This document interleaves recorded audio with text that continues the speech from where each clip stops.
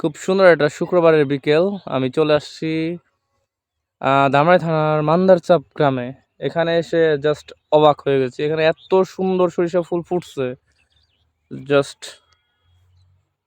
এই যে দেখেন, মানে অসাধারণ সব সুন্দর। আর আমি এখন এখানে পেয়ে গেছি মান্দারচাপের খুব ছোট ছোট কয়েকটা পিচ্চি।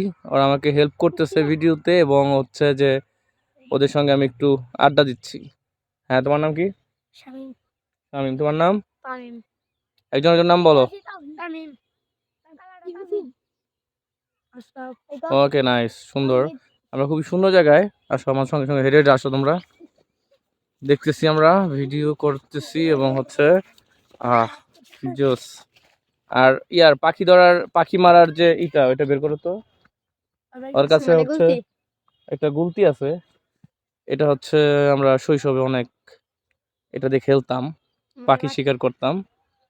যদিও পাখি শিকার ঠিক না, তবে আমাদের শৈশবের একটা মানে খুব সুন্দর সময় কেটেছে এই গুলতি নিয়ে। সো অনেক বছর পর এসে পেলাম এটা ওদের কাছে।